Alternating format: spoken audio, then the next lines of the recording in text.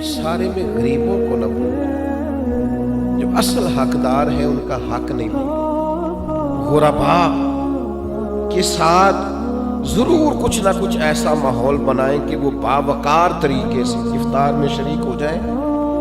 افسوس کے ساتھ کہنا پڑتا ہے کہ رمضان غمخواری کا مہینہ ہے، اسے نبی پاک صلی اللہ تعالیٰ علیہ وسلم نے غمخواری کا مہینہ قرار دیا۔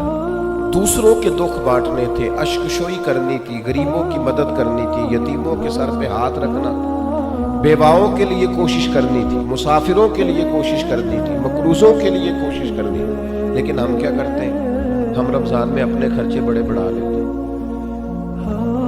عید ایک جوڑے سے بھی گزر جاتی ہے، لیکن ساری عید جو ہے وہ کپڑے پسند کرنے میں سارا رمضان گزر جاتا ہے، سلوانے میں گزر جاتا ہے، نئے سے نئے ڈیزائن دیکھنے میں گزر جاتا ہے۔ عبادت کے دن ہیں اور ان سارے دنوں کو اس طرح کر کے ہم ضائع کر بیٹھتے ہیں۔ تو میرے عزیز، دوسروں کے کام آنا تھا، بجائے اس کے کہ اپنے خرچے اتنے بڑھا لیے جاتے کہ لوگ آزمائش میں آ جاتے ہیں، رمضان سے پہلے سوچنے لگ جاتے ہیں کہ رمضان بھی آ گیا اور اتنے زیادہ اخراجات اضافی ہوں گے۔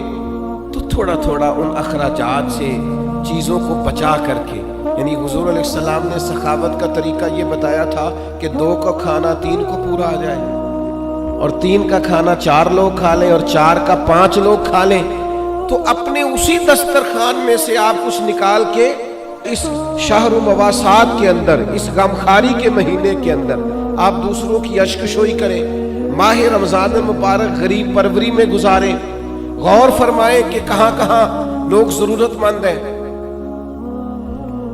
ہم نے بچپن میں مساجد میں بڑی بڑی افطاریاں دیکھی، اور واقعتاً مسافر لوگ آ جاتے تھے تو وہاں علاقے کے لوگ ہی، آج فلاں نے دیگ پکا رکھی ہے، فلاں نے چاول بنا رکھے ہیں، تو مسجدوں میں بھیج دیے جاتے تھے اور مسجد میں افطار ہوتا تھا۔ اور اگر مسافر نہیں بھی ہوتے تھے تو اس محلے، اس گاؤں کے، اس علاقے کے جو غربا ہوتے تھے وہ مسجد میں جمع ہو جاتے تھے اور افطار کر لیتے تھے۔ لیکن اب آہستہ آہستہ چیزیں سکڑ گئیں، چیزیں سمٹ گئیں، ہمارے اپنے معاملات اتنے انفرادی سے ہو گئے ہیں، ہر آدمی کی ایک مخصوص سی پسند ہے، مخصوص سی چیزیں وہ کھاتا ہے، اس میں وہ اپنے آپ کو جینا اور اپنے آپ کو رکھنا بہتر جانتا ہے، وہ اٹھ کر اپنی ذات سے اوپر سوچنا گوارا ہی نہیں کرتا۔ میرے عزیز، یہ غمخواری کا مہینہ ہے۔ کیا حسین لفظ ہے حدیث میں، صحابہ فرماتے جب رمضان آتا تو حضور قیدیوں کو آزاد کرتے، ہر سائل کو عطا کرتے، نبی پاک بانٹتے، دیتے، ہر ایک کو نوازتے۔ ہمارے ہاں لائنیں لگتی ہیں زکوٰۃ لینے والوں کی، اور جناب جو دینے والے ہیں وہ بگڑ جاتے ہیں، کہتے ہیں آپ 9 بجے ہی آگے، سونے بھی نہیں دیتے۔ اور پھر یہ کہ آپ وہ تو نہیں جو پہلے بھی آئے تھے، اور دوسرا یہ کہ آپ اگر ترتیب سے کھڑے نہیں ہوں گے تو میں بھگا دوں گا، سب کو کچھ بھی نہیں ملے گا۔ سچ بتانا، جب اللہ نے ہمیں دیا تھا تو لائنوں میں لگا کے دیا تھا۔ سچ بتانا، جب اس نے ہمیں دیا تھا تو یہ رویہ تھا۔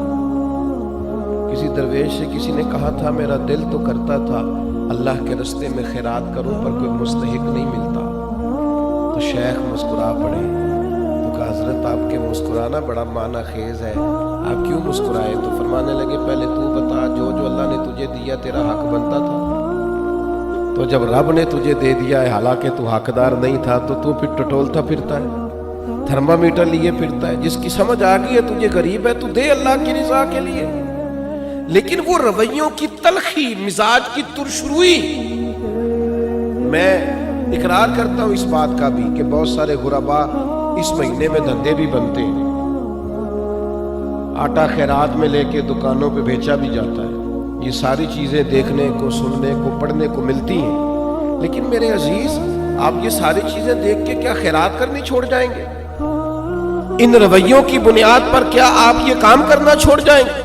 اللہ کی رضا کے لیے دینا ہے تو خوب دینا ہے۔ اس ماہ مبارک کو نبی پاک علیہ السلام نے غمخواری کا مہینہ قرار دیا ہے، خوب اللہ کے لیے۔ ہمارا اسی جگہ دسترخوان لگتا ہے سحری اور افطاری کا، کچھ لوگ آ جاتے ہیں، سڑک پہ جانے والے غریب رکشہ ڈرائیور آ جاتے ہیں، یہ یہاں کچھ لوگ مزدوری کرنے آئے ہوئے ہیں وہ آ جاتے ہیں، تو ظاہر ہے ادارہ زیر تعمیر تھا، ہم اتنے اخراجات افورڈ نہیں کرتے تھے، لیکن وہ چند لوگوں کے لیے دسترخوان لگتا طلباء کے لیے، تو وہ لوگ خود آ کے بیٹھنے لگے، پھر وہ 50، پھر 60، پھر وہ ایک دن ایسا آیا کہ 1100 لوگ ہو گئے۔ تو یہ دوست مجھے کہنے لگے کہ ہم کیسے کر کے ان کو چلائیں؟ تو میں نے کہا سچ بتاؤ، ان پوری صفوں میں تم نے کوئی امیر بھی بیٹھا دیکھا؟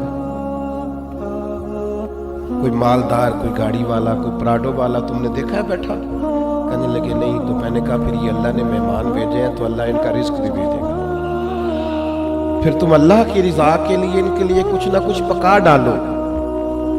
یہ جو چپکے سے آ کے چھپ کے، اور بعض میں نے ایسے لوگ بھی دیکھے جو اوپر کپڑا رکھتے ہیں اور آ کر کے بیٹھتے ہیں، سفید پوشی کا بھرم رکھنا بڑا ضروری ہوتا ہے، اور دروازے پہ آئے کو خالی نہ بھیجنا یہ بڑا ضروری ہوتا ہے، اور جب کوئی امید لگا کے آ جائے اور اس کی امید کو توڑ دینا یہ بڑا تکلیف دہ ماحول ہوتا ہے۔ لیکن ہم نے تو کواڑ اندر سے بند کر لیے، ہم نے تو ہر چیز میں اقربا پروری بنا لی، ہم نے تو ہر بانٹنے کو، ہر دینے کو سیاسی رنگ دے لیا۔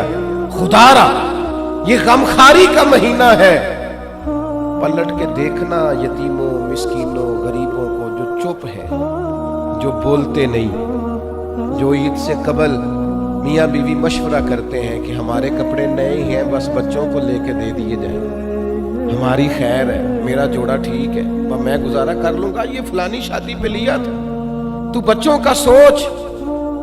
گندم امیر شہر کی ہوتی رہی خراب، اور بچی کسی غریب کی فاقے سے مر گئی۔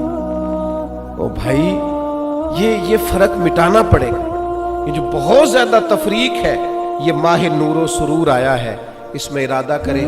اور میری اپیل ہے ان لوگوں سے جو راشن بانٹتے ہیں، جو کسی کے گھر میں کچھ پہنچاتے ہیں، وہ رمضان کا انتظار نہ کریں، رمضان سے 2 دن پہلے پہنچا دیں۔ اور میں ذمہ داری کے ساتھ آپ سے وعدہ کرتا ہوں کہ آپ رمضان کی نیت کر کے رمضان سے پہلے دیں، اللہ رمضان جتنا اجر عطا فرمائے گا۔